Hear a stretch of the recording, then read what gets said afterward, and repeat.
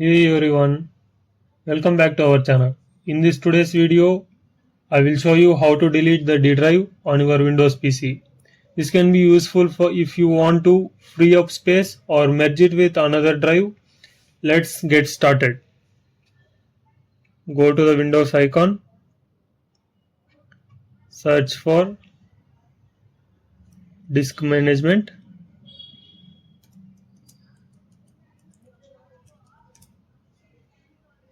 Now here you can see create and format hard disk partitions. Click on it. Here you can see C drive and D drive. Now we are going to delete the D drive and merge the unallocated space with C drive.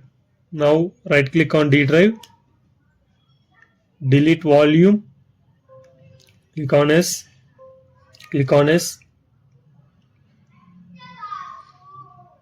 and again S.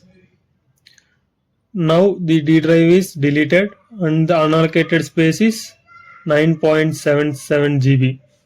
We have to merge this unallocated space with C drive.